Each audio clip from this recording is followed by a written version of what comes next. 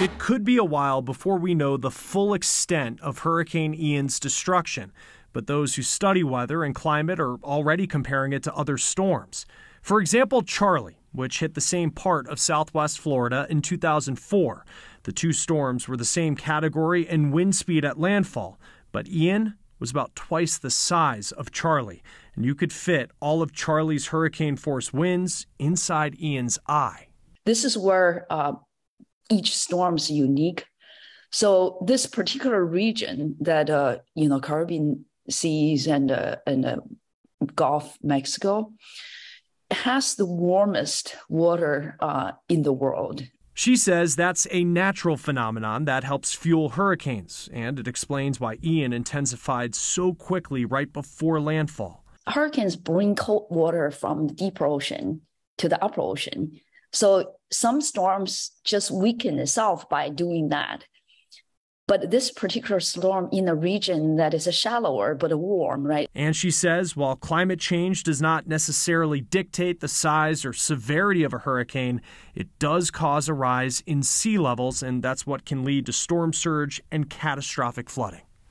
I'm Ashley Glass, and no matter the size of a hurricane, forecasting a storm is critical to save lives and property. That's why we're here in West Palm Beach talking to a 30-year meteorologist about the tools he uses to track a hurricane so he can keep people informed and safe.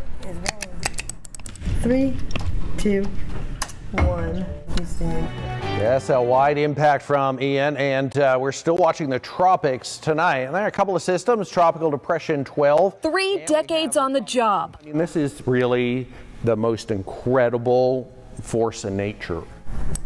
This is kind of interesting. His passion still unwavering. It is the most exciting part of the job. Let's go straight to Steve Weigel, a meteorologist known in South Florida for his urgent, everything is going through my mind. Imperative. I listen to every conversation. Yet calm forecasting. And that's our big concern now, really tomorrow. Especially when it comes to hurricanes. And we have new changes to watches and warnings. It's a Super Bowl of weather. It really is. And my very first hurricane was Hurricane Floyd in '99. Steve Weigel is chief meteorologist at Scripps-owned WPTV. He says he has seen a dramatic shift over the years in tracking hurricanes. We now have the technology where we can handle more data, we can do it faster. The model guidance is really our most important tool to use. He says of the hundreds of computer models that forecast hurricane tracks, about 10 have risen to reliable over the years, and 2 of them famous even. Now, there's a little competition going on between the Americans and the Europeans over who has the best computer model. Another advancement, Weigel showed us the narrowing of the cone of uncertainty where a storm might make landfall. So in the last 20 years, these cones have shrunk quite a bit, especially in the 4th and 5th day.